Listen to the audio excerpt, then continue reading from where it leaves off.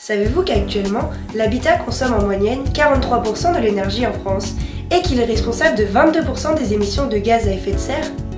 Réduire les émissions nocives devient donc une priorité éco-citoyenne.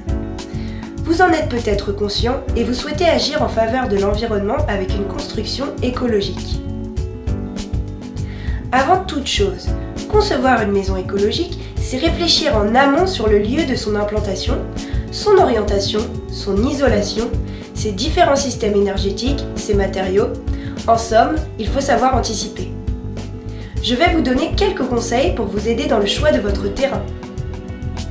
Outre l'environnement, le voisinage et les commodités à proximité, bien choisir son terrain, sans oublier votre construction écologique, est primordial puisqu'il aura des impacts directs sur l'architecture et le coût final de votre projet.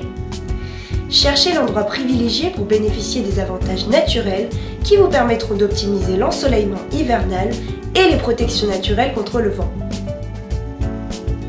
L'orientation est très importante. Comme on le sait tous, le froid vient du nord, le soleil et la lumière viennent du sud. Regardez donc bien vers le sud pour vérifier que la vue vous plaît, mais surtout qu'il n'y ait pas de construction gênante ou des arbres qui vont empêcher le soleil d'entrer par les grandes baies, qui d'ailleurs vont vous apporter un complément de chauffage en hiver. Vous avez trouvé un terrain qui vous plaît, mais avant de l'acheter et bâtir votre future maison, il est primordial de définir toutes les caractéristiques de la parcelle. Des contraintes éventuelles du plan d'occupation des sols sont à consulter en mairie avant de s'engager. Pour la construction, pensez compact.